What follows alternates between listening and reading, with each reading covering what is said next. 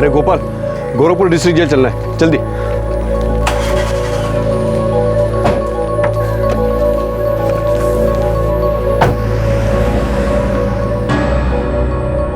देखिए जी, आप इतना टेंशन ना ले, सब कुछ ठीक हो जाएगा। तकदीर सही गलत नहीं समझती सरोज, जो लिखा है वही होता है। हमें सिर्फ कर्म करते रहना चाहिए, बाकी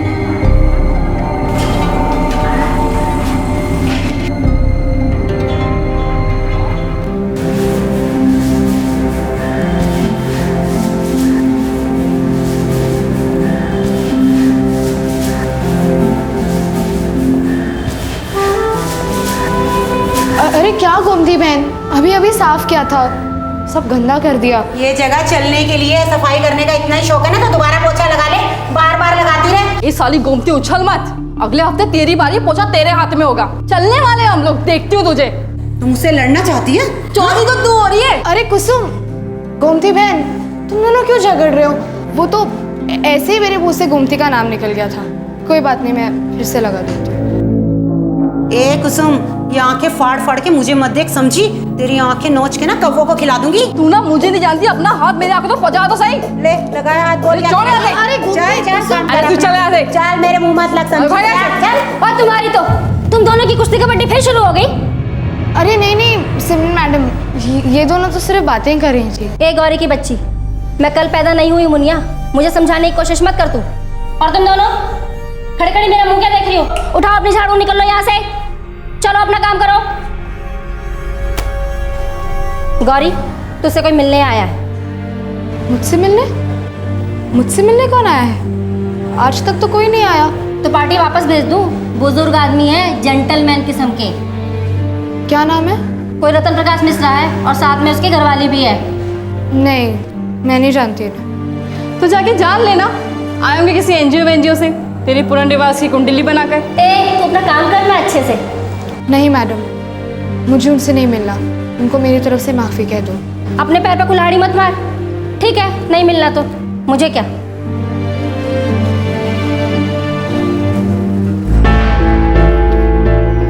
सर, वो लड़की गौरी मिलने से मना कर रही है, कहती है उसे किसी से नहीं मिलना है। ठीक है, देखिए साहब, हम गौरी के साथ जबरदस्ती तो नहीं कर सकते कि वो आपसे मिले। तो क्या एक बार हम उसे अंदर जाकर मिल सकते हैं? देखिए, एक तो अंदर जाना मना है और फिर लड़की भी मना कर रही है, तो अंदर बाहर बात तो एक ही हुई नहीं। वैसे काम क्या था मिश्रा जी? जी, हमने ये अखबार पढ़ा, इसलिए मिलने चले आए। इस रात की सुबह नहीं। ओह अच्छा, ये रिपोर्टर विजय उपाध्याय, इसने हमारे जेल पर स्टोरी लिखी थी और इस लड़की गौरी के बारे में काफी डिटेल से लिखा। उसने गौरी के बारे में लिखा था, इसलिए हमने सोचा कि क्यों ना उसे एक बार मिले। आपने मेरी बात का जवाब नहीं दिया। है, क्यों मिलना चाहते हैं आप गौरी से?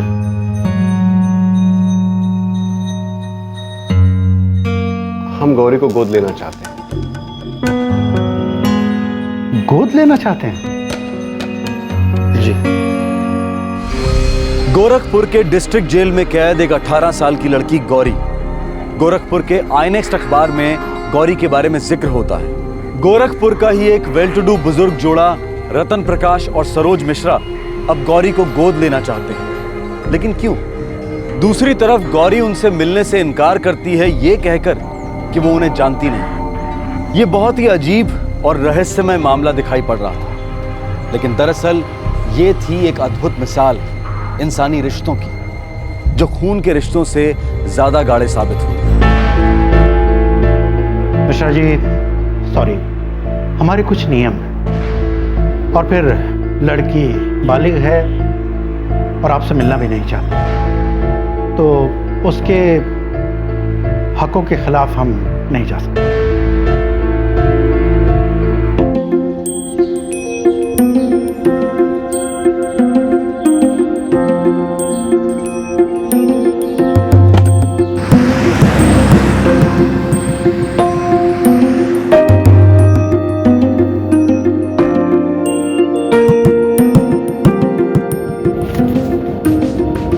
इस आईएनएक्स के रिपोर्टर विजय उपाध्याय से मिलते हैं, शायद वो हमारी कुछ मदद करेगा।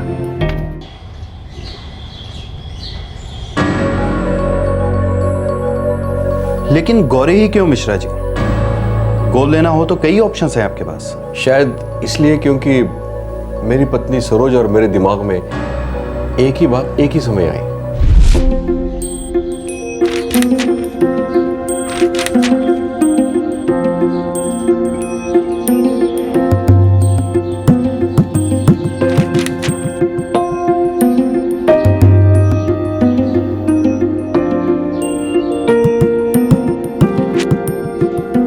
सरोज, पढ़ो इसे। क्या है ये? अरे पढ़ो तो, ये देखो।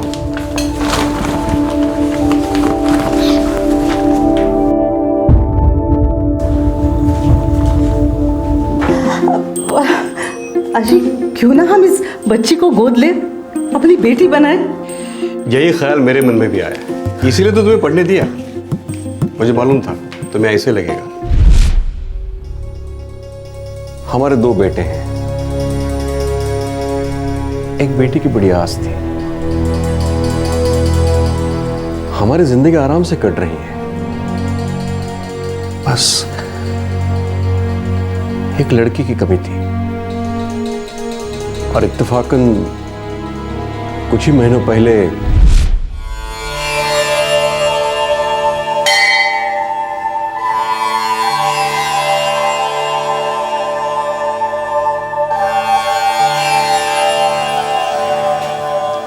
हाथ दिखाओ यजमान, भविष्य में झांक कर देखिए श्रीमान। अरे नहीं नहीं पंडित जी, इस उम्र में क्या हाथ वाथ पड़वाना। किस्मत की कोई उम्र नहीं होती श्रीमान। शायद मेरी किस्मत में आपकी दक्षिणा लिखी हो और आपकी किस्मत में कोई चमत्कार। ये आपकी दक्षिणा। दक्षिणा हाथ दिखाने के बाद ली जाती है श्रीमान। बेटी की चिंता खाई जा रही है, लेकिन चिंता का कोई कारण नहीं है। बहुत जल्द एक बहुत ही बढ़िया रिश्ता आने वाला है। हमारी कोई बेटी नहीं है पंडित जी, पर हाँ दिल करता है कि एक बेटी हो। उसे हम लोग बहुत प्यार देते, उसे बहुत पढ़ाते लिखाते, उसे कामयाब बनाते, फिर उसकी धूमधाम से शादी होती।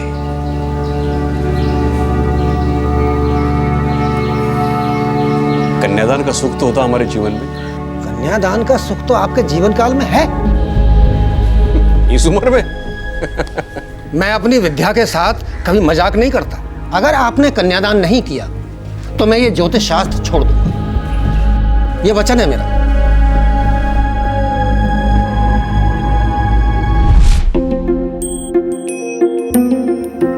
पता नहीं, तब से मुझे धीरे धीरे विश्वास होने लगा कि मेरे तकदीर में बेटी का सुख है। और जब मैंने गौरी की कहानी पढ़ी, बस अंदर की तार छिड़ गई,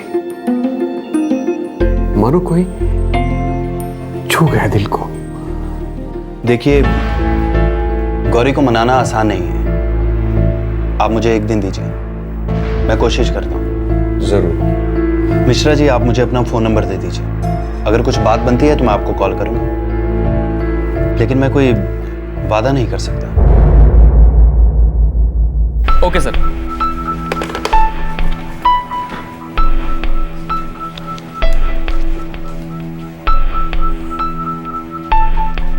मैं coming sir? Yes. Yes sir. Rakesh, तुम ट्रेनिंग पर हो, राइट? Right sir. एक असाइनमेंट है, चैलेंजिंग है, करोगे? Sure sir. वो जो कपल अभी अभी यहाँ से गया, बुजुर्ग आदमी और उनकी मिसेज। जी सर। रतन प्रकाश मिश्रा और सरोज मिश्रा फेज 3 राप्ती नगर में रहते हैं। मुझे इनके बारे में पूरी रिपोर्ट चाहिए। जरूर सर। और हाँ, चुपके से, किसी को पता ना चले। Of course sir.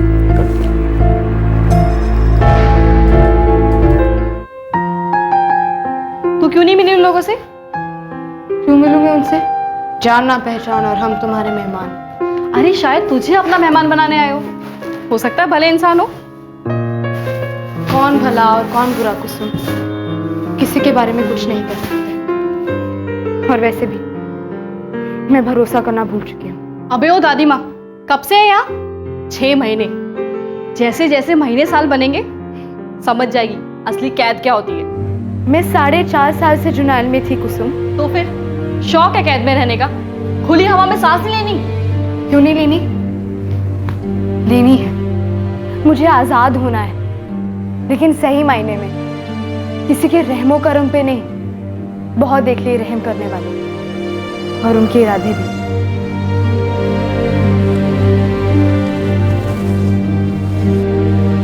एक तरफ थी एक टीनेज लड़की जिसकी तकदीर दर्द और दगाबाजी की स्याही से लिखी गई थी, और दूसरी तरफ था एक बुजुर्ग जोड़ा जिनका विश्वास था कि अच्छा करो तो अच्छा होगा। अब सवाल यह था कि क्या नियति इन दो तकदीरों को मिलाने वाली थी? क्या गौरी की घायल किस्मत पर रतन प्रकाश और सरोज मिश्रा के प्यार का मलहम लगने वाला था? मैं कम इन सर। राकेश, आओ। कुछ मिला? Yes sir. बैठो। Thank you sir. Sir, Ratan Prakash और सरोज मिश्रा तो बहुत अच्छे घर के लोग हैं। अच्छे घर के लोग? ये अच्छे घर के लोग कैसे होते हैं राकेश? रतन प्रकाश मिश्रा का बैकग्राउंड डिफेंस का है। सिविल इंजीनियर थे फौज में, 10 साल मुंबई में नौकरी की, फिर सर 2000 में वो गोरखपुर लौटे, जहाँ से वो एक्चुअली बिलोंग करते हैं। और फैमिली? सर 2 लड़के हैं, बड़ा बेटा अखिल और उसकी वाइफ मीता बेंगलोर में रहते हैं, और सर एक 9 महीने का बच्चा भी है उनका। सर अखिल मिश्रा बेंगलोर की एक बड़ी कंपनी में सॉफ्टवेयर कंसल्टेंट है। और दूसरा बेटा? अंशुल मिश्रा।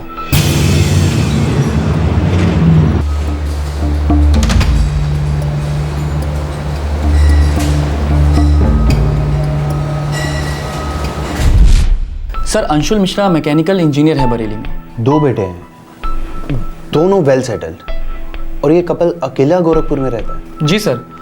और सर रतन प्रकाश मिश्रा फिलहाल तो एसएसबी में कैंटीन चलाते हैं, लेकिन सर एक और बेटा था इनका, अखिल और अंशुल मिश्रा से बड़ा, उसका नाम था अमर। था मतलब? आप खामखा ही जिद कर रहे हैं, ट्रेन से चाहिए ना। मीता, ट्रेन की टाइमिंग और हमारी जिंदगी की टाइमिंग दोनों अलग अलग पटरियों पे चलती हैं। और बनारस कौन सा कोलकाता है? यही तो है। मैं यूं गया और यूं शाम को लौटा। अच्छा ठीक है, लेकिन एक शर्त पे, मोटरसाइकिल मामा जी चलाएंगे। अरे तुम तो ऐसे टेंशन ले रही हो मानो पहली बार बाइक पे सवार हो रहे हैं। अब पहली बार हो या 100वीं बार, डर तो हमें उतना ही लगता है ना। मामा जी गेट पार करते ही बाइक में चलाऊंगा, समझे ना? वहां से निकलने से पहले फोन कर दीजिएगा। कबूतर भेज दें?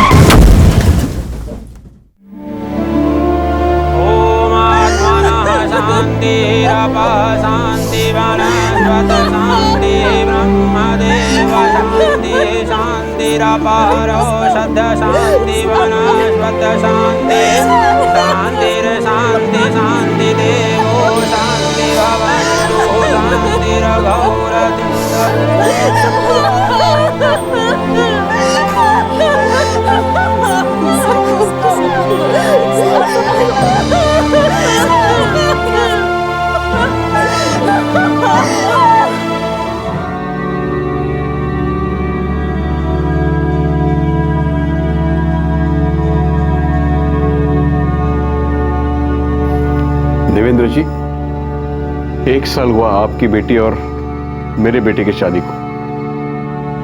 बेटा तो चला गया, हम बहू का दर्द समझते हैं। देखिए, बहू सिर्फ 25 की है। पता नहीं ये सही वक्त है कि नहीं ये बात छेड़ने के लिए, पर मुझसे रहा नहीं जा रहा। बात क्या है समधी जी? 1 साल पहले मैंने आपकी बेटी मीता का हाथ मेरे बड़े बेटे के लिए मांगा था। आज मैं आपकी बेटी मीता का हाथ मेरे दूसरे बेटे अखिल के लिए मांग रहा हूं। प्लीज।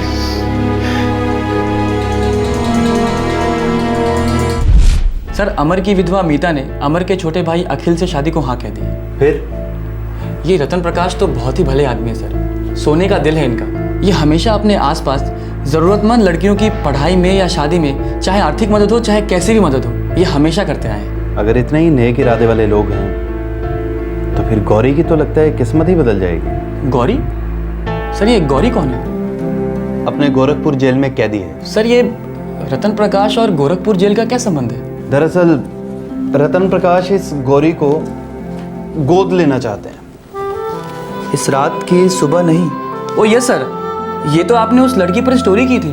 दरअसल मैं जेल गया था किसी और स्टोरी के लिए। वहां मेरी मुलाकात इस गौरी से हुई और राकेश, इसकी स्टोरी सुनकर मैं पूरी तरह हिल गया। ऐसी क्या स्टोरी है सर?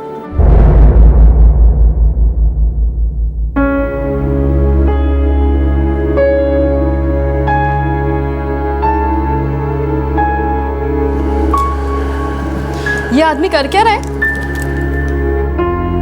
कोई कहानी लिख रहा है अपनी जेल पर। क्या बात है, हम लोगों के ऊपर भी कोई फिल्म बन सकती है। नहीं, कोई फिल्म विलम वाला नहीं है, पत्रकार है, पत्रकार। तुझे कैसे पता? उसके चेहरे पे लिखा है। हवलदार सिमरन बता रही थी, पत्रकार ही है।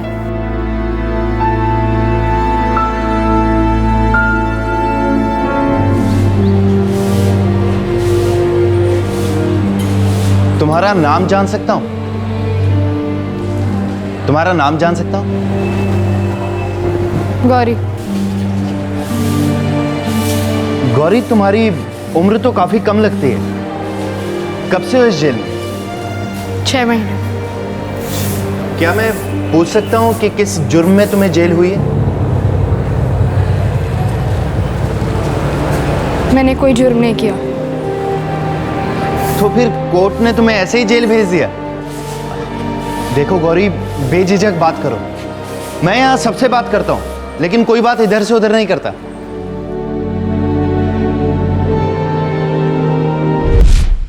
वो 4.5 साल तक एक करेक्शन होम में रही, एक ऐसे जुर्म के लिए जो उसने किया ही नहीं था। फिर उसे यहां डिस्ट्रिक्ट जेल शिफ्ट किया गया। उसके माँ बाप? बोलिए अनाथ है। 7 साल की उम्र से बेसहारा बड़ी हुई है। मैंने उसकी जिंदगी के बारे में जितनी जानकारी हासिल की, हर कदम पर इतना दर्द था कि मेरे रोंगटे खड़े हो गए। मुझे अंदर से इतनी मायूसी महसूस हुई कि मैंने उसकी स्टोरी को लीड स्टोरी बनाया और अपने एडिटर साहब को दे दी। उन्होंने अप्रूव कर दी। टूटी तकदीर की दर्दनाक दास्तान इस रात की सुबह नहीं।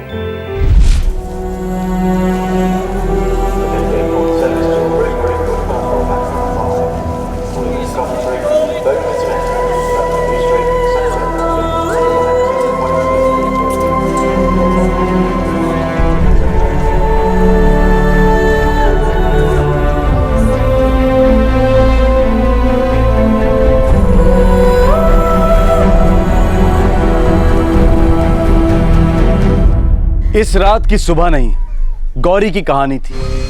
एक ऐसी कहानी जिसकी 3 तकदीरें थी। जन्म से 7 साल तक एक तकदीर, फिर 7 से 13 साल तक दूसरी तकदीर, फिर 13 से 18 की उम्र तक तीसरी तकदीर, और अब एक नई किस्मत गौरी की जिंदगी में दस्तक दे रही थी। फिर से एक बार जिंदगी का रुख कहीं और होने को था।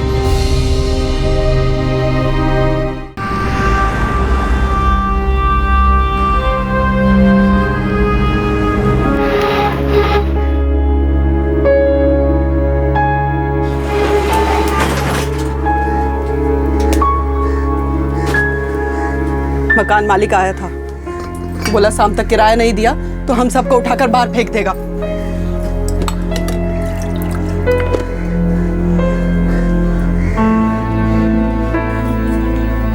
अब चुप रहने से कुछ होने वाला है क्या? आज भी कछु कमा नहीं पाए। अब हमें काम नहीं मिला तो इसमें हमारी क्या गलती है बताओ? तुम्हारे हाथों को काम नहीं, घर में खाने को अनाज नहीं, और शाम तक तो सिर पे छत भी नहीं रहेगी। क्या करेंगे?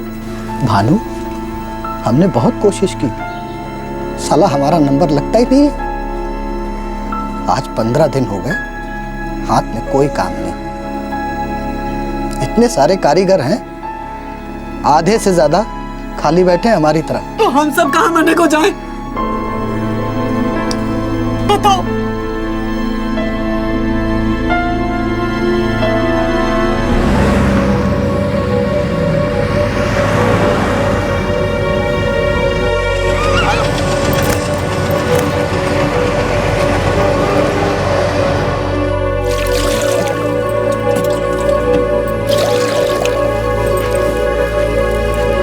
आज भी वही बोलोगे?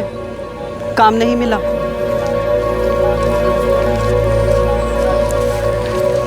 भानु, मेरा एक दोस्त है, मैंने उससे बात की थी।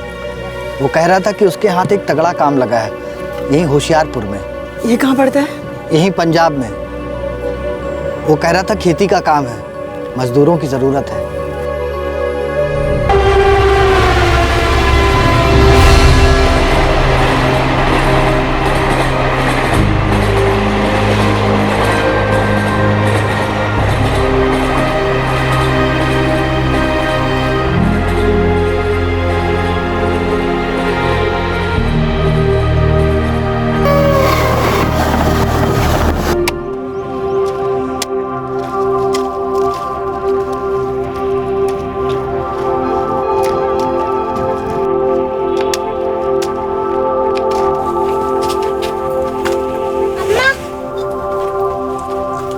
संभल के जाना है। गरीबी और लाचारी के दलदल में धंसा गौरी का परिवार उत्तर प्रदेश के मिर्जापुर से पंजाब के लिए रवाना हुआ, इस उम्मीद को लेकर कि शायद बच्चों को 2 वक्त की रोटी और एक छत नसीब होगी। पंजाब में उनकी अंधेरी किस्मत धीरे धीरे रोशन होने ही लगी थी कि तभी उन पर बदनसीबी का एक और कहर टूट पड़ा।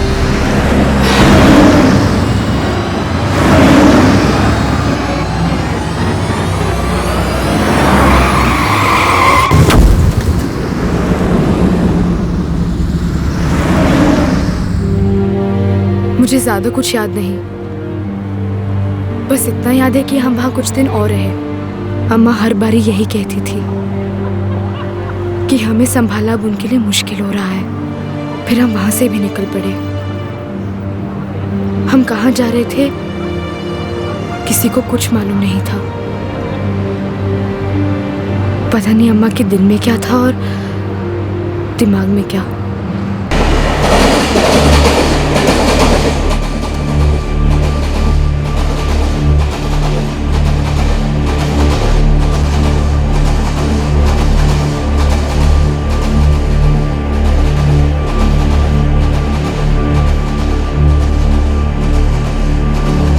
गौरी, मेरी बच्ची, माफ कर दे मुझे।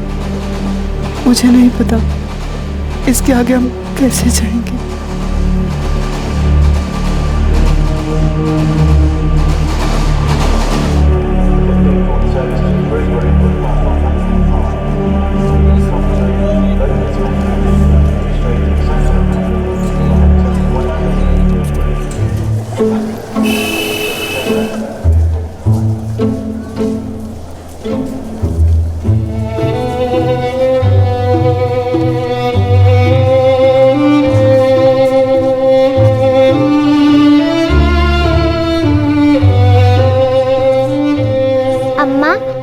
अब हम इस नए शहर में ही रहेंगे?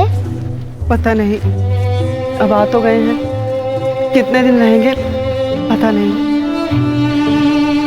सुन, तू यहीं बैठ, मैं पता करके आती हूँ कोई काम मिलेगा कि नहीं। तू यहाँ से हिलना मत, मैं तेरे लिए खाने के लिए भी लेकर आऊंगी। हाँ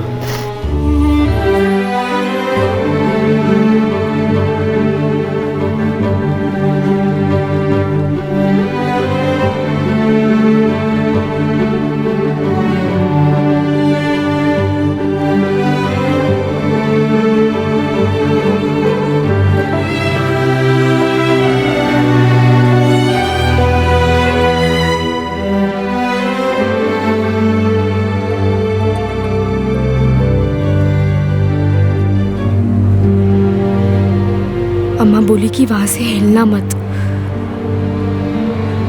मैं बैठी रही और बैठी रही, लेकिन अम्मा वापस नहीं आई। मैं समझ ही नहीं पाई कि मैं अम्मा और गोविंद को अब कभी नहीं देख पाऊंगी।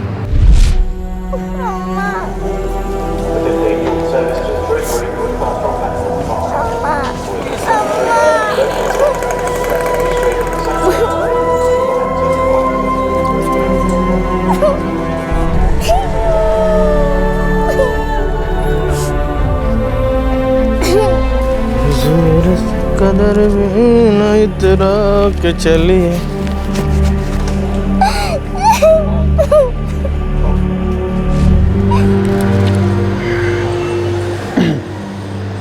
फिर वो आदमी कहाँ ले गया तुझे?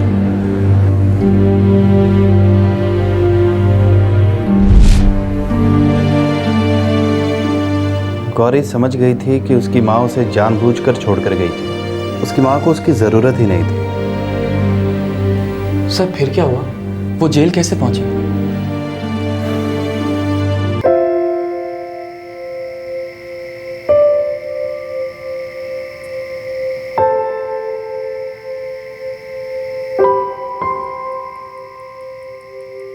देखिए जी, तकदीर का लिखा हुआ कोई नहीं बदल सकता, और अगर हमारे नसीब में ये लिखा है कि वो हमारी बेटी बनेगी तो दुनिया की कोई ताकत उसे रोक नहीं सकती। पता नहीं सरोज, बार बार ऐसे लग रहा है, जब से वो लेख पढ़ा, गौरी की कहानी पढ़ी, ऐसा लग रहा है कि कोई गहरा रिश्ता है हमारा उस लड़की के साथ।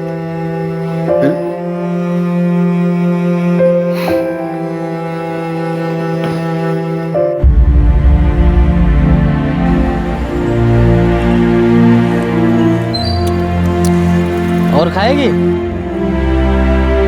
तो शर्मा मत, शर्माने से किसी का भला नहीं होता। बल्लू एक और दे, अच्छे से घी डालना। बहुत देर लगाती है। खा। अच्छा है ना?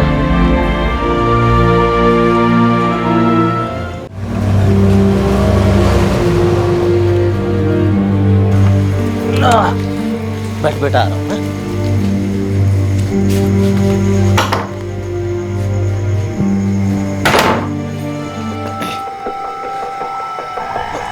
पिंटू, इतनी रात गए थे, जोर जोर से क्यों ठकठका रहे हैं? वो एक लड़की मिली स्टेशन पे, अकेली थी, रो रही थी बेचारी। कह रही थी उसकी अम्मा छोड़कर चली गई उसे वहां। तो कुछ नहीं, मैं साथ लाया उसे अपने। बावला हो गया क्या?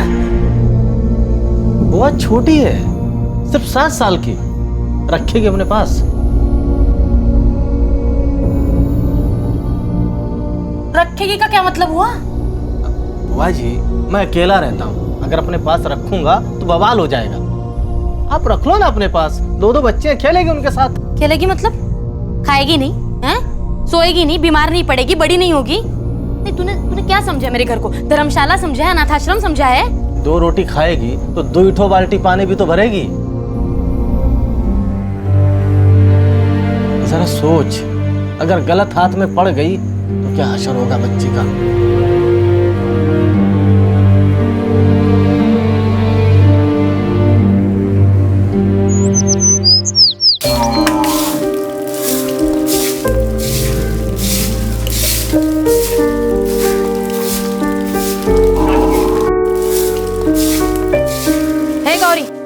जल्दी जल्दी हाथ चला, अभी कपड़े भी तो धोने हैं, है ना? सफाई से धोना, हाँ?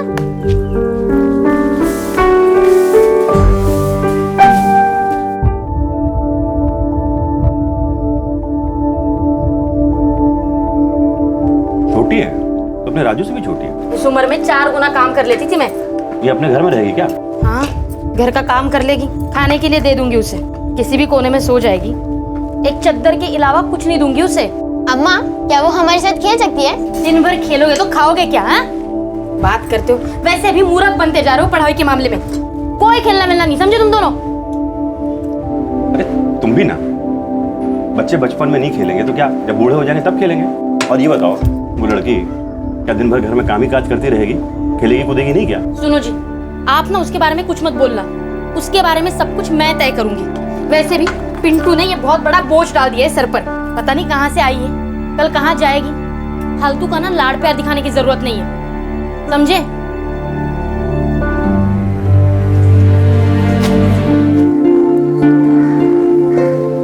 31 और 9 मिलाकर हुए 5 5 5 5 5 5 और 1। अबे वो राजू के बच्चे, मुंह बंद रखना। मुझे तो ऐसे आता है पढ़ना, नहीं तो मेरे दिमाग में नहीं घुसता है। आपको नहीं जम रहा ना तो कहीं और जाकर पढ़ो। तेरे एक कान के नीचे बजाऊंगा ना, दिन में तारे गिनेगा। अच्छा अम्मा, अम्मा चुप रही, बताओ। देखा गौरी, अम्मा का नाम लिया तो कैसे शेर से चूहा बन गया ये। तू यहाँ क्या कर रही है? कुछ नहीं, हम जब भी पढ़ते हैं ना ये ऐसे ही सुनती है। अच्छा बता, कहाँ तक पढ़ी है तू? 2 क्लास तक। 2 क्लास? अच्छा बता, 2 और 2 कितना हुआ? 4। अरे वाह, इतना आता तुझे, आगे पढ़ेगी? ठीक है, तो आज से मैं तेरा मास्टर और तू मेरी स्टूडेंट। लेकिन मैं फ्री में नहीं पढ़ाऊंगा, तुझे मेरे काम करने पड़ेंगे। बोल, मंजूर है? अब से हमारी टीम बनेगी रवि भैया। अब उछल कर दिखाओ आप।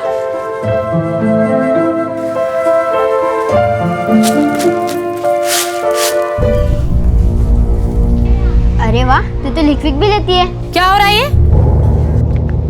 अम्मा, गौरी को ट्यूशन दिया जा रहा है। अम्मा, आपको पता है गौरी दूसरी क्लास तक पढ़ी है। 2 थप्पड़ खाए बगैर चैन नहीं आएगा तुझे, हाँ? दूर हो जाओ, चल इधर इधर आ। देख गौरी, अगर आइंदा से राजू और रवि के साथ दिखी तो तेरी खैर नहीं, हाँ? उस घर में मैं रोटियों से ज्यादा गालियां खाती थी, लेकिन मैं चुपचाप सहती रही, काम करती रही। मैं उनकी कुछ नहीं लगती थी, लेकिन फिर भी छत के नीचे जगह दी। और फूफा कभी कभी थोड़ा प्यार जताती थी, लेकिन बुआ को वो भी पसंद नहीं था।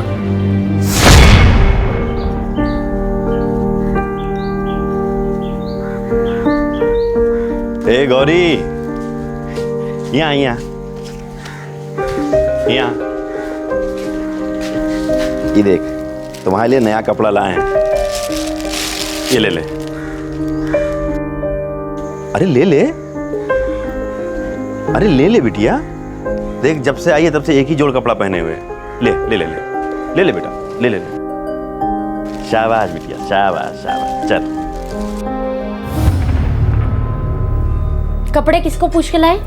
अरे उसकी हालत बता रही थी कि उसे कपड़े चाहिए, वही पुराने और गंदे कपड़े पहनते पहनते अगर कोई बीमारी मारी लगी तो हम लोग को लेने के देने पड़ जाएंगे। उल्लू तो ना आप हमें अगले जन्म में बनाई है। बात कर, इतना प्यार आ रहा है ना अपने बच्चों पे जताइए जरा। वैसे भी उसे मैं इनके पुराने कपड़े देने ही वाली थी। अम्मा, वो लड़की है, पैंट शर्ट थोड़ी ना पहनेगी। तो ना चुपचाप खाना खा ले, वरना एक दूंगी खींच के। बाबा, ये लोग खींच के क्यों देते हैं? ऐसा लग रहा है जैसे कोई रस्सी खींच रहे हो। देख मैं बताता हूँ, ये है हाथ, ये खींचा और ये लगाया, तो ये उसको खींच के लगाना। समझे क्या भैया? बोलने से पहले ना कुछ सोचा करो। अम्मा, आपको पता है ये राजू का बच्चा है ना, गौरी के साथ बाहर खेलने जाने की बातें कर रहा था। देख राजू, अगर फिर से उस गौरी के साथ खुसुर फुसुर करता हुआ दिखाई दिया ना, तुझे रेल स्टेशन छोड़ के आऊंगी। अम्मा, आप है ना मुझे उल्लू अगले जन्म में बनाना। आपको क्या लगता है आप मुझे छोड़ेंगे तो क्या मैं वापस नहीं आऊंगा? यूं घर ढूंढ लूंगा, यूं। चल खाना खा ले चुपचाप।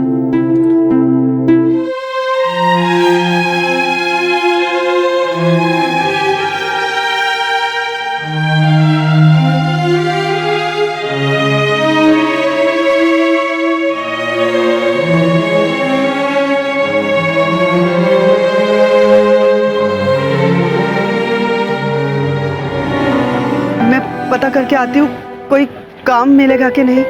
तू यहाँ से हिलना मत, मैं तेरे लिए खाने के लिए भी लेकर आऊंगी। हाँ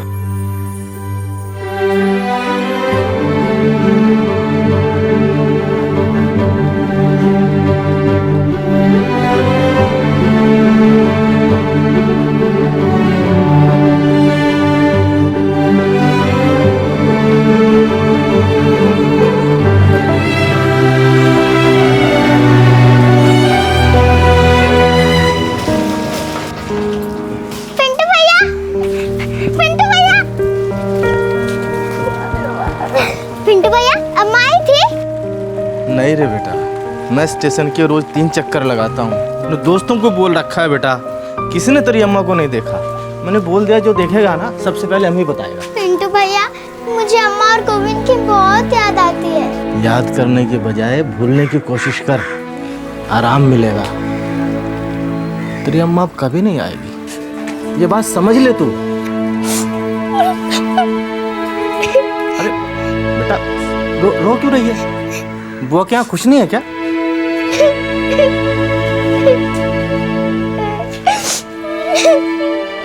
सात साल की कच्ची उम्र में गौरी की मां उसे गोरखपुर रेलवे स्टेशन के बाहर अपने हाल पर छोड़कर चली गई थी। शायद वो एक साथ 2 बच्चों की परवरिश की जिम्मेदारी नहीं उठा पा रही थी। शायद उसे गौरी बोझ लगने लगी थी और उसने ये बोझ रेलवे स्टेशन पर उतार दिया, हमेशा के लिए।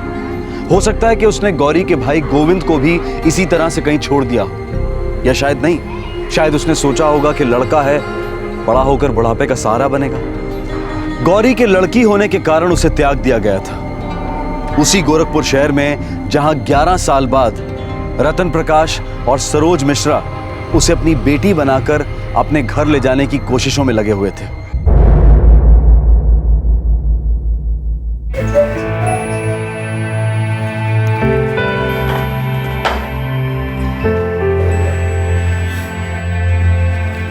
बाबूजी, आपका और माँ का इरादा बड़ा नेक है, लेकिन अगर लड़की नहीं आना चाहती तो उसे फोर्स तो नहीं कर सकते ना।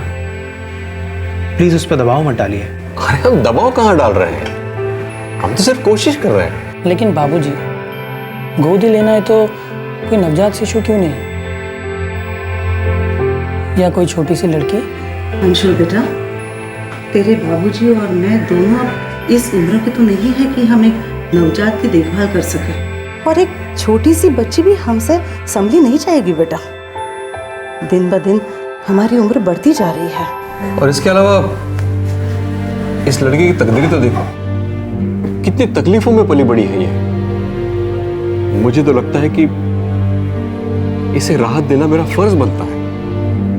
इस लड़की के साथ कभी भी कुछ भी अच्छा नहीं हुआ है अंशुल, कुछ भी।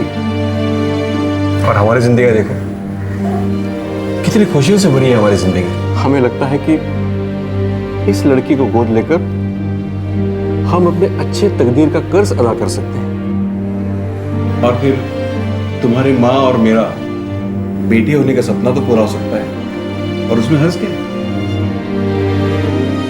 मुझे पूरा भरोसा है।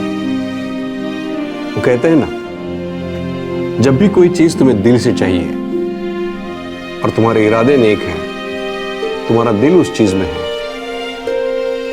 तो सारा ब्रह्मांड एक होकर तुम्हारा सपना पूरा करता है।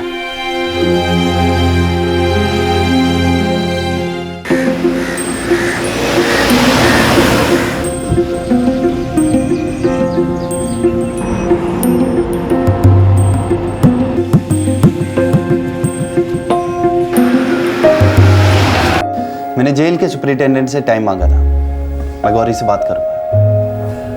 और विजय जी, हमारी तरफ से प्लीज आप उसे यह कह देना कि डरने की बिल्कुल जरूरत नहीं है, और ना ही ये सोचे कि हम उस पर कोई एहसान कर रहे हैं। दरअसल वो हम पर एहसान करेगी अगर वो हमारी जिंदगी में आएगी। मैं आपके इरादों की दाद देता हूं रतन जी। दरअसल सुपरिटेंडेंट साहब भी यही चाहते हैं कि गौरी को जल्द से जल्द एक बेहतर जिंदगी मिले, खासकर इसलिए क्योंकि गौरी एक ऐसे जुर्म के लिए सजा काट रही है जो उसने किया ही नहीं था। अरे हाँ, मैंने आपका वो लेख पढ़ा था। दरअसल मैं आपसे पूछना ही चाह रहा था कि गौरी पर चोरी का ये झूठा इल्जाम कैसे और क्यों लगा?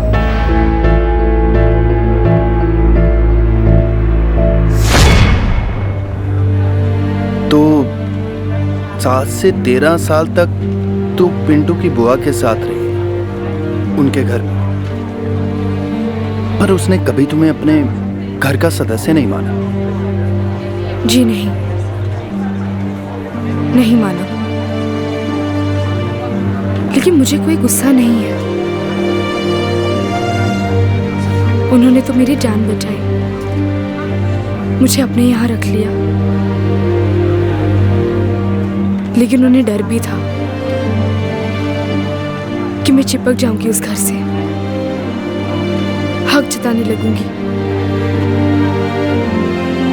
मैं तो हमेशा वहां से निकल जाना चाहती थी,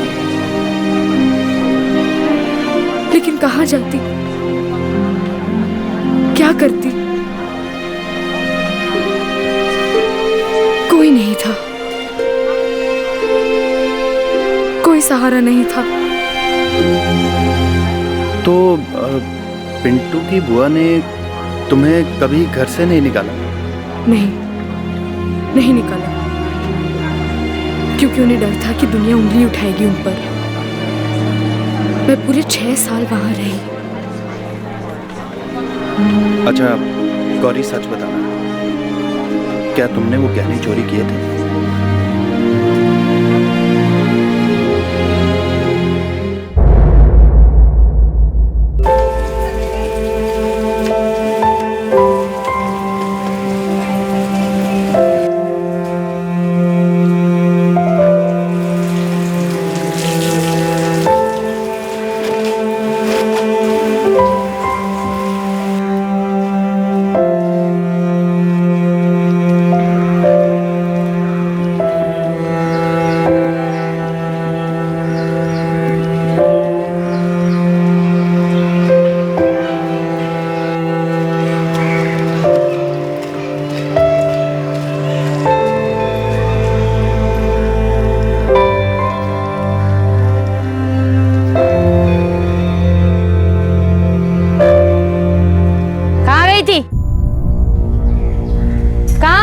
इधर आ।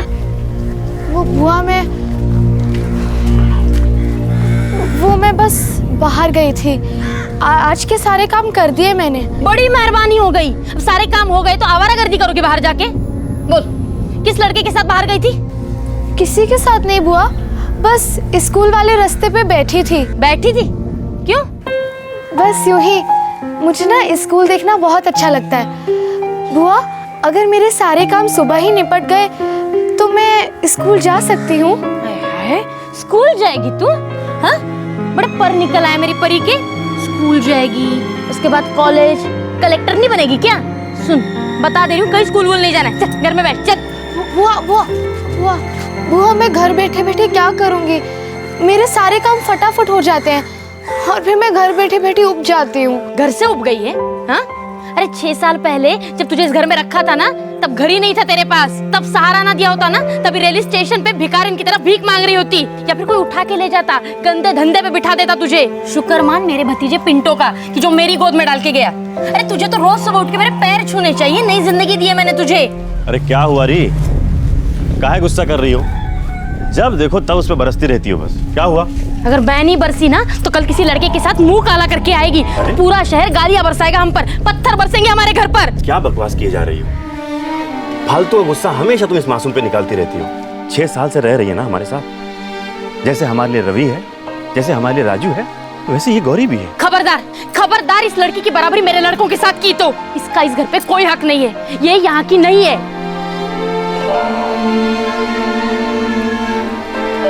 गौरी, गौरी, देख रही हूँ मैं सब कुछ। जब से उम्र की हुई है ना, तब से बहुत ज्यादा तरस आ रहा है ना उस पर। ये अपनी बकवास बंद कर, समझी? ये गंदी तरह से ना तो सब पे शक करना बंद कर दे।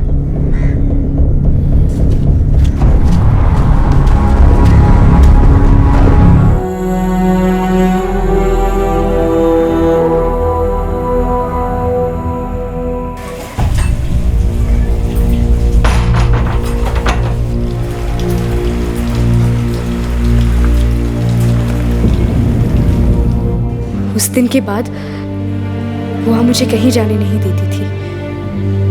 अगर वो कहीं जाए तो मुझे कैद करके जाती, ताला लगा देती। मेरा जीना मुश्किल हो गया था।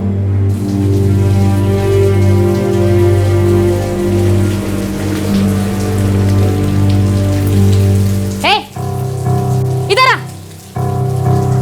जल्दी इधर आ। क्या कर रही है? हाँ? क्या खा रही? तू बाहर जाती है ना चोरी छुपे? ये किसी बदमाश लड़के ने लाके दिया है ये। फूफा जी ने दिए। अजी सुनते हो? अरे सुनो। दिन भर दिन बुआ जी मुझसे और नफरत करने लगी।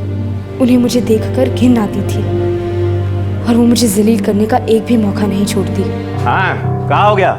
काहे चिल्ला रही हो इतनी दूर से? ये लड़की कह रही है कि आपने ये पकोड़े ला कर दिए इसे। अरे हाँ, बरसात हो रही थी तो कुछ पकौड़े खरीद के ले आए थे। सबके लिए अंदर मेज पे रखे हैं। क्या हो गया दे दिया तो? वैसे खाना नहीं देती क्या? तो खास उसके लिए क्यों? इसमें खास की क्या बात है? कह रहे ना सारे घर के लिए लाए हैं। ये इस घर की नहीं है। तू पगला गई हो क्या? ए राजू, रवि सो जाओ। हाँ, क्यों जताते हो लड़की पे इतना प्यार? क्योंकि तुम इतनी नफरत करती हो उससे। बड़ी मासूम लगती है ना आपको। आंखें देखिए उसकी, चोर डकैत जैसी लगती है। हद करती हो तुम भी। तो फिर लाई क्यों थी तुम उसको इस घर में? घर का काम करने के लिए। तो घर का काम तो करती है ना वो हम देखते हैं कि अच्छे से ही करती है। लेकिन तुम्हारे दिल में उसके लिए जरा सी भी इंसानियत नहीं है। प्यार तो दूर की बात है। हाँ हाँ, मैं ही तो डायन हूँ। आप सब लोग तो पता नहीं क्या वो पीर फकीर पड़े ना। नहीं, मैं बता रही हूँ, ये जो बात कर रहे हैं ना आप इंसानियत और पता नहीं क्या लाड़ प्यार की, एक दिन ये लड़की ना सबको ले डूबेगी। ऐसा चूना लगाएगी ना फुर हो जाएगी। याद करोगे? पर मैं ना ऐसा होने नहीं दूंगी। बुआ ने तो तय कर लिया था कि मुझे उस घर से निकालेगी। अपने आप से निकालने की हिम्मत नहीं हो रही थी उनकी। लेकिन हाँ, अगर एक बार कह देती कि गौरी जा, तो शायद मैं खुद ही निकल जाती। डर डर के ही सही, लेकिन निकल जाती। पता नहीं बुआ मेरे साथ क्या खेल खेल रही थी। गौरी, ए गौरी, जेवर निकाल मेरे, चल। जेवर? कौन से जेवर? अच्छा, ये भोली बनी ना तो दांत तोड़ दूंगी तेरे। बोल, कौन लड़का है वो, हाँ, जिसके साथ भाग जाना चाहती थी? दोनों ने मिलके कहाँ छुपाए मेरे जेवर? बोल। बुआ, मैं भगवान कसम खाकर कहती हूँ, मुझे नहीं पता आपके जेवर कहाँ है। मुझे तो ये भी नहीं पता आप अपने जेवर कहाँ रखती है। सदी, तुझे पता नहीं है मैं जेवर कहाँ रखती हूँ? सालों से देखती रही, अलमारी में रखती हूँ। अलमारी खुली पड़ी है मेरी अभी। अब ना तुझे मैं पुलिस के हवाले करती हूँ, फिर पता चलेगा कि कहाँ है जेवर। हाँ, आखिरी मौका देती हूँ, बोल, वरना मैं पुलिस को बुला लूंगी। मैं उन्हें भी यही कहूंगी, मुझे नहीं पता आपके जेवर कहाँ है। वो मान लेंगे, हाँ मान लेंगे ये बात तेरी। अरे ऐसा मारेंगे ना, ऐसा मारेंगे कि देखना अपनी माँ याद आ जाएगी, वो जो तुझे छोड़ के चली गई थी। चोरनी होगी वो भी साली। चल चल तू। वो मैं सच कह रही हूँ, मुझे नहीं पता आपके जेवर का। अच्छा, देखना, पुलिस के बाद अदालत, अदालत के बाद जेल, जेल के बाद फिर जेल, फिर पता चलेगा यहाँ कितनी अय्याशी से रह रही थी। चल चल।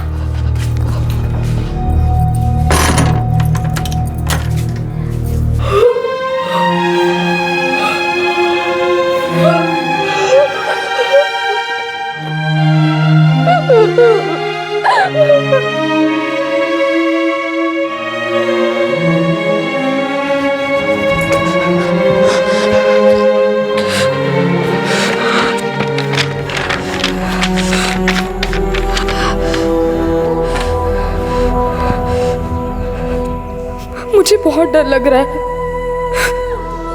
मुझे बहुत डर लग रहा है।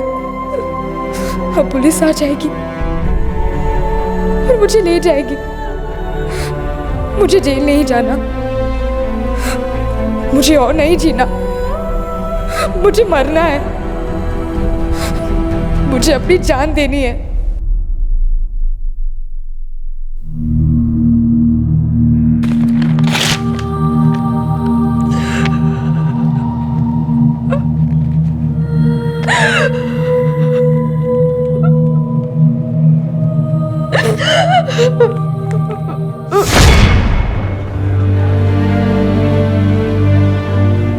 वो जेवर तुमने नहीं चुराए।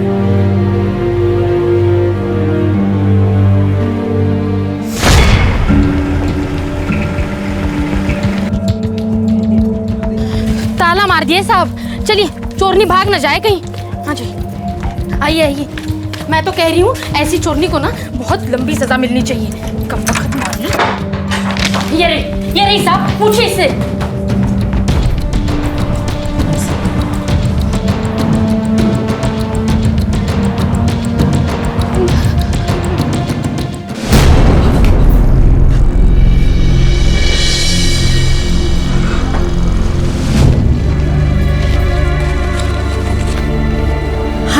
चोरी पकड़ी गई तो ऐसी नौटंकी कर रही है।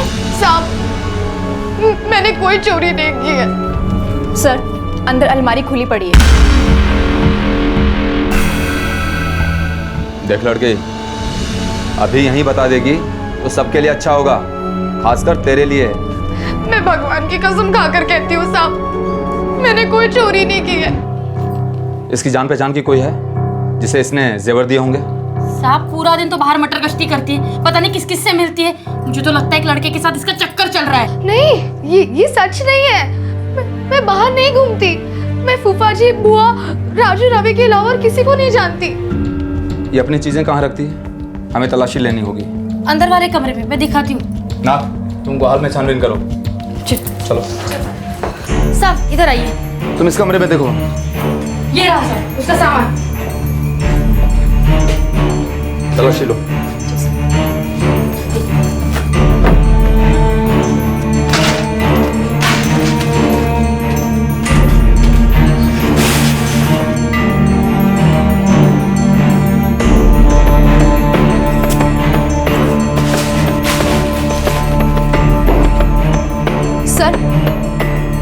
सर, ये देखिए गहने। ये मेरे जेवर।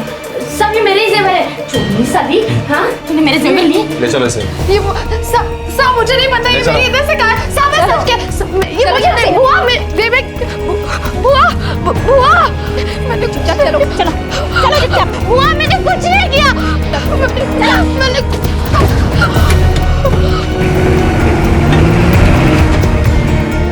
सविता के घर चोरी करने के चार्जेस पर गौरी को कस्टडी में लिया गया था, लेकिन गौरी बार बार यही कहती रही कि उसने वो चोरी नहीं की थी।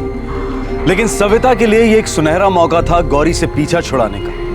जिस समय यह हादसा हुआ उस वक्त गौरी सिर्फ 13 साल की थी और अब उसकी तकदीर ने एक बार फिर रुख बदला।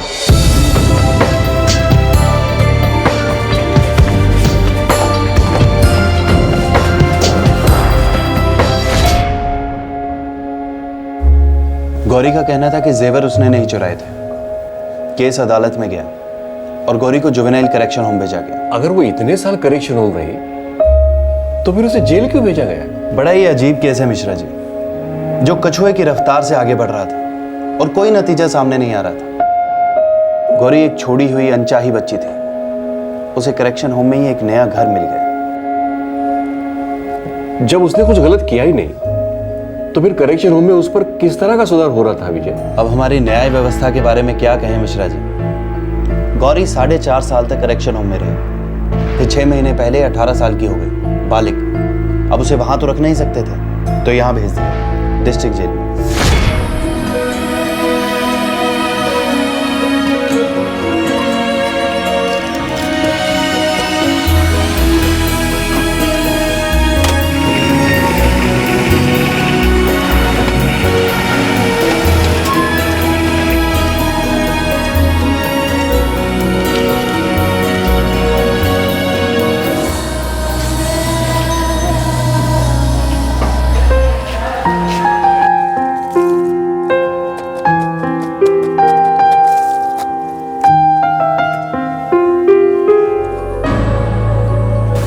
गौरी, पत्रकार साहब आए हैं, जिनसे तूने बात की थी, तेरे से दोबारा मिलना चाहते हैं। मैंने तो सब कुछ बता दिया था उन्हें, पता नहीं अब क्यों आए हैं। अरे किसी राजकुमार या हीरो का रिश्ता तो लाए नहीं होंगे तेरे लिए, और मुझको क्या पता वो तुझसे क्यों मिलना चाहते हैं। चल मिल ले उनसे, सुप्रिंटेंडेंट साहब का ऑर्डर है। चल ना। सर, गौरी को विजिटिंग रूम में ले आए हैं। ठीक है मैं पहले गौरी से बात करें। हाँ, यही ठीक रहेगा। आप ही को पहले बात करनी चाहिए, क्योंकि अगर कोई उसे रतन प्रकाश जी और सरोज जी से मिलने के लिए राजी कर सकता है तो वो आप ही।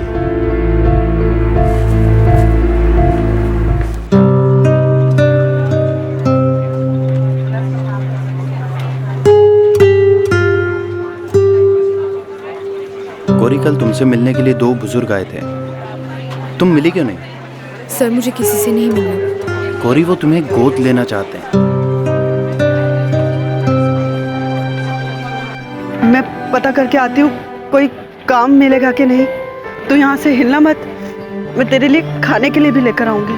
हाँ,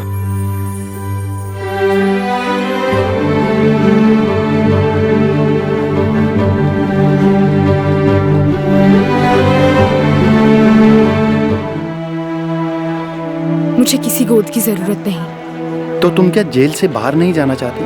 जाना चाहती हूँ, लेकिन अपने आप से जाना चाहती हूँ। खुद की जिंदगी जीना चाहती हूँ। फिर से किसी कैद में नहीं जाना चाहती। मेरी खुद की माँ ने मुझे रेलवे स्टेशन पर जानबूझकर छोड़ दिया। उसके बाद कोई मेरा माँ बाप क्यों बनना चाहता है, ये मेरी समझ के बाहर है। देख गौरी, तू सही कह रही है। जो कुछ भी तुमने भुगता है, उसके बाद कोई भी ऐसा ही सोचेगा जैसा तुम सोच रही हो। लेकिन मुझ पर भरोसा करो और एक बार इन दोनों से मिल लो, फिर कोई फैसला करना। और हो सकता है कि ये एक बार तुम्हारी तकदीर तुम्हारे अच्छे के लिए रुख बदल रही हो। अच्छों के साथ भी बहुत बुरा होता है गौरी, और कभी कभी अंधेरे को भी पूरा सूरज मिल जाता है।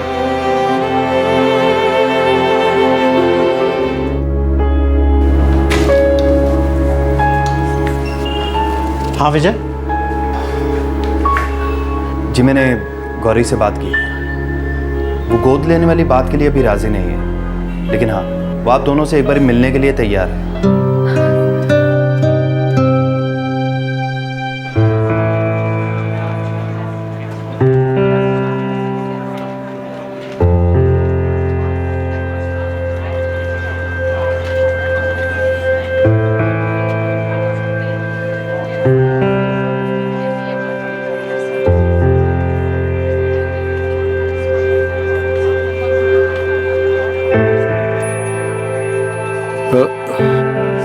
देखो बेटा, तुम डरी हुई हो, तुम झिझक रही हो, हम ये समझते हैं। आप लोगों को घर के लिए एक नौकरानी चाहिए ना, इसलिए मुझे ले जाने आए हैं। नहीं बेटा, हमने तुम्हारे बारे में पढ़ा है और हमें लगता है कि तुम्हें बहुत सारा प्यार मिलना चाहिए, और वो प्यार हम तुम्हें देना चाहते हैं।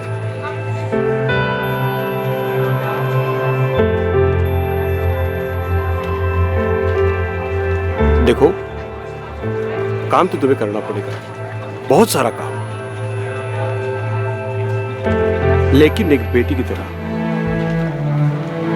नौकरानी की तरह नहीं। हम तो चाहते हैं कि तुम हर वो काम करो जो तुम चाहती हो, जो कुछ भी तुमने चाहा। और जब तुम्हारा दिन खत्म होना, तुम्हें यह पता चले कि आज तुम्हें अपने घर वापस लौटना है, जहां तुम्हारे बूढ़े माँ बाप इंतजार कर रहे हैं। वो ये जानने के लिए बेकरार है कि तुम्हारा आज कैसे गुजरा, तुम कल क्या करना चाहते हो, जिंदगी में तुम क्या बनना चाहते हो बेटा? पता नहीं। एक काम करते हैं, हम लोग घर चलते हैं, आराम से बैठेंगे, खूब सोचेंगे कि तुम क्या कर सकती हो, क्या करना चाहती हो। हमारे 2 बेटे हैं, तुमसे काफी बड़े, तुम्हारे 2 बड़े भाई जो अपनी छोटी बहन का इंतजार कर रहे हैं। चलोगी ना अपने घर? सच कहूं, सारा जेल खुश हो जाएगा अगर गौरी को कोई अच्छा घर मिल जाए और वो अपनी जिंदगी में कुछ कर पाए। और अगर आपके जैसे माता पिता हों तो कहना ही क्या। सर, क्या हम गौरी को आज ही घर ले जा सकते हैं? अब जब गौरी राजी हो गई आपके साथ चलने के लिए तो हमारी तरफ से तो हरी झंडी है मिश्रा जी, पर कुछ प्रोसीजर्स हैं। कैसे प्रोसीजर्स? गौरी एक अंडर ट्रायल है और उसे यहाँ से बाहर जाने के लिए डिस्ट्रिक्ट मजिस्ट्रेट साहब की बेल की जरूरत होगी। मैं वो सब कुछ करने के लिए तैयार हूँ जो जरूरी है। मैं जमीन आसमान एक कर दूंगा सर। मिश्रा जी, हम भी यही चाहते हैं कि गौरी जल्द से जल्द आपके घर की रौनक बन जाए। Thank you sir, thank you so much.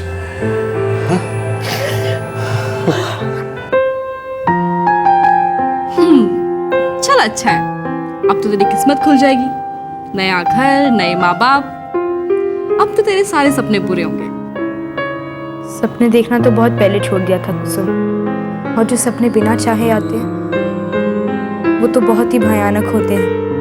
और कभी कभी मेरी बचपन की भूली यादें मेरा सपना बन के आते हैं। मैं और मेरा भाई गोविंद खेलते हुए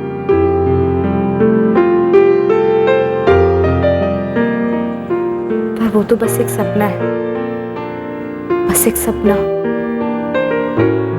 और कुछ नहीं। अरे जब तू अपने नए घर में जाएगी, उस घर में जाके रहेगी, नरम साफ बिस्तर मिलेगा, तो तुझे सपने भी आएंगे अच्छे वाले, और उसको पूरा करने का रास्ता भी मिलेगा। देखना।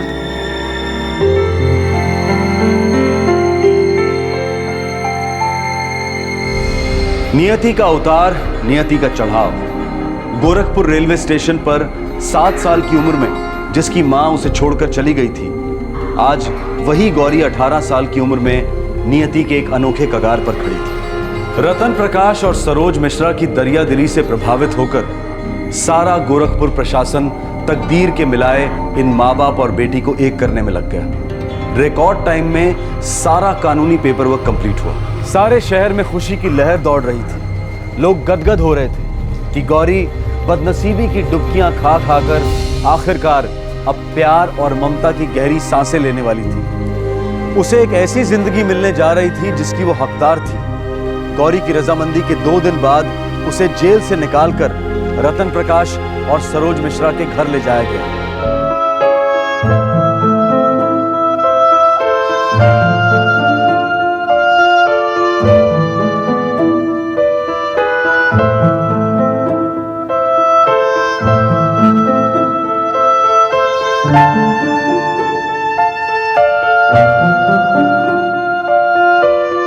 ओम देव महादेवाय शिवाय नमः नमः वरकत्राणे नमः सुताय नमः ब्रह्मके अंबालिके मानानत करन तत्काल पुत्रका काम विवादन हेमंतल्या देवदानं कृति।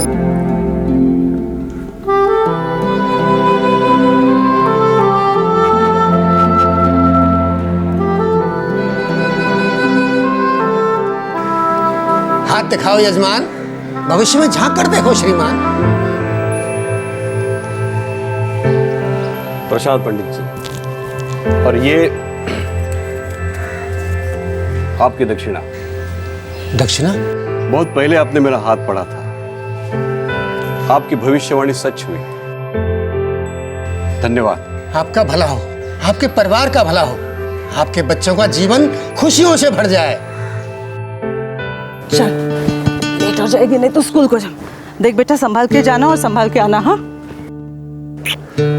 सुनो, अगर कहीं तुम रास्ता भूल जाती हो तो मैंने सारे टेलीफोन नंबर्स तुम्हारे डायरी में लिख दिए हैं, तुरंत फोन कर देना। Take care. Bye bye.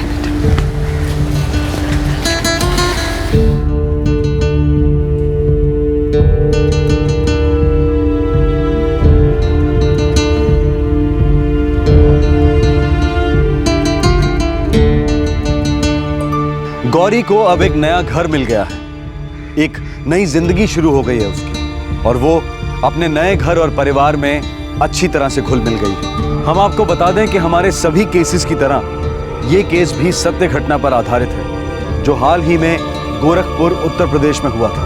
Crime petrol की टीम उस परिवार से मिली जो अब एक बेटी के घर आ जाने से अपने परिवार को पूरा महसूस कर रहा है।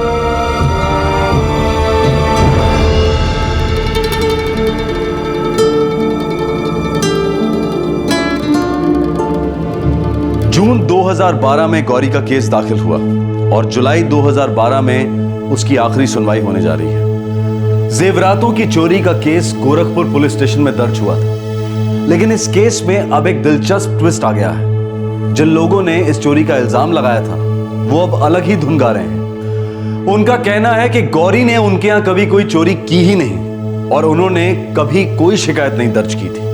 प्रशासन को पूरा भरोसा है कि गौरी का केस रद्द किया जाएगा और खुदा ना खास्ता अगर उसे सजा होती भी है तो वो सजा उन सालों से काफी कम होगी जो Gauri already as under trial भुगत चुकी है। 5 साल करेक्शन सेंटर में और 6 महीने गोरखपुर जेल में। क्राइम पेट्रोल गोरखपुर के इस बुजुर्ग जोड़े को तहे दिल से सैल्यूट करता है, उनके परिवार वालों की सराहना करता है और गौरी को खुशियों से भरी जिंदगी की शुभकामनाएं देता है। गौरी अब स्कूल जाने लगी है, उसका दाखिला 9वीं कक्षा में हुआ है।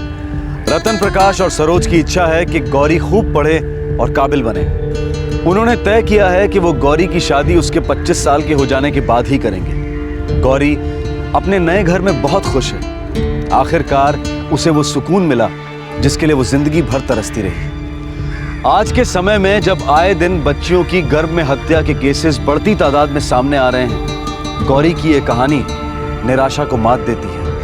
बेटी के गम को दूर करने के लिए एक वेल सेटल्ड जोड़ा एक लड़की को गोद लेता है। ये एक ऐसी लड़की है जिसकी गरीबी से पीड़ित मां ने उसे त्याग दिया था और पनाह देने वाली औरत ने उसे ढेर सारी यातनाएं दी जो आखिर में उसे जेल ले गई। गौरी एक ऐसी जिंदगी जी रही थी जहां उम्मीद दस्तक देना भूल गई थी। एक मशहूर गाने के बोल हैं, and in the end the love you take is equal to the love you give. Gorakhpur के इस जोड़े जितनी हिम्मत और ताकत हम सब में शायद ना हो। गोद लेना एक बहुत बड़ा फैसला है, लेकिन अगर हम अपनी सोसाइटी के लिए कुछ करना चाहते हैं, फीमेल चाइल्ड के लिए कुछ करना चाहते हैं और करते हैं, तो ये दुनिया बेशक एक बेहतर दुनिया बन सकती है। अगर आप सच्चे दिल से कोई नेक काम करने की ठान लें तो सारा ब्रह्मांड, सारी कायनात उसे पूरा करने में आपका साथ देती है। इस तरह के और भी एपिसोड देखने के लिए हमारे चैनल को सब्सक्राइब करें और बेल आइकन दबाना ना भूलें।